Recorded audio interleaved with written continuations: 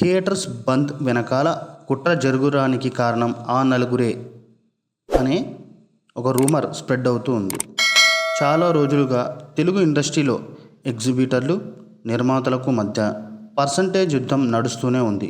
తమకు పర్సంటేజ్ సిస్టంలో విడుదల చేయాలని ఎగ్జిబిటర్లు పట్టుబడుతున్నారు. ఇలా చేస్తే తమకు నష్టం వస్తుందని నిర్మాతలు వాపోతున్నారు. ఈ క్రమంలో ఫిలిం ఛాంబర్లో జరిగిన సంయుక్త రాష్ట్రాల ఎగ్జిబిటర్స్ మీటింగ్కు దాదాపు 60 మంది ఎగ్జిబిటర్లు హాజరయ్యారు. అందులో సురేష్ బాబు, దిల్ రాజు లాంటి అగ్ర నిర్మాతలు కూడా ఉన్నారు. ఈ మీటింగ్లో తమ డిమాండ్స్ ఛాంబర్ ముందు పెట్టారు ఎగ్జిబిటర్లు. ప్రస్తుతం నడుస్తున్న అద్దె ప్రతిపాదికన థియేటర్లు నడిపే పరిస్థితుల్లో తాము లేమని చెప్పేశారు థియేటర్ యాజమాన్యం.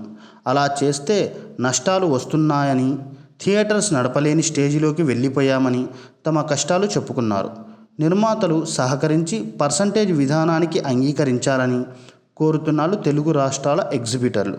ఈ క్రమంలో ఎగ్జిబిటర్లు, డిస్ట్రిబ్యూటర్లు, నిర్మాతల మధ్య ఆదాయ పంపిణీ విధానం ఉందంటూ జూన్ 1 నుంచి హాళ్లు బంద్ చేయాలని నిర్ణయం తీసుకున్నారు. బంద్ నిర్ణయంపై నేడు మరోసారి చర్చలు జరపనున్నారు ఎగ్జిబిటర్లు, డిస్ట్రిబ్యూటర్లు, నిర్మాతలు. అయితే బంద్ నిర్ణయం వెనక కుట్ర ఉందని జనసేన ఆరోపిస్తుంది. పవన్ కళ్యాణ్ నటించిన హరిహర వీరమల్లు జూన్ 12న విడుదల నేపథ్యంలో ఆ నలుగురు కావాలనే కుట్ర చేశారంటూ తీవ్రంగా ఆరోపిస్తుంది జనసేన. అయితే కాదు, దీనిపై ఏకంగా విచారణకు ఆదేశించారు సినిమాటోగ్రఫీ మంత్రి దుర్గేష్.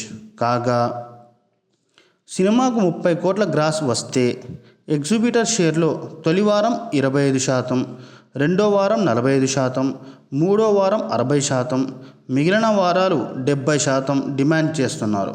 అలాగే 10 కోట్ల నుంచి 30 కోట్ల గ్రాసర్స్కు ఒక వారం 40%, 2 వారాలు 50%, మూడో వారం 60%, మిగిలిన వారాలు 70% డిమాండ్ చేస్తున్నారు. 10 కోట్ల లోపు గ్రాసర్కు 1వ వారం 50%, రెండవ వారం 60%, మిగిలిన వారాలు 70% అడుగుతున్నారు ఎగ్జిబిటర్లు. ఎగ్జిబిటర్లు, డిస్ట్రిబ్యూటర్లు. గత 10 ఏళ్లలో 2 తెలుగు రాష్ట్రాల్లో 2000 సింగిల్ స్క్రీన్ థియేటర్లు మూతబడ్డాయి. దాదాపు 1400 థియేటర్లు ప్రస్తుతం యాక్టివ్గా ఉన్నాయి. పరిస్థితి ఇలాగే కొనసాగితే మరిన్ని థియేటర్లు మూతపడక తప్పదు.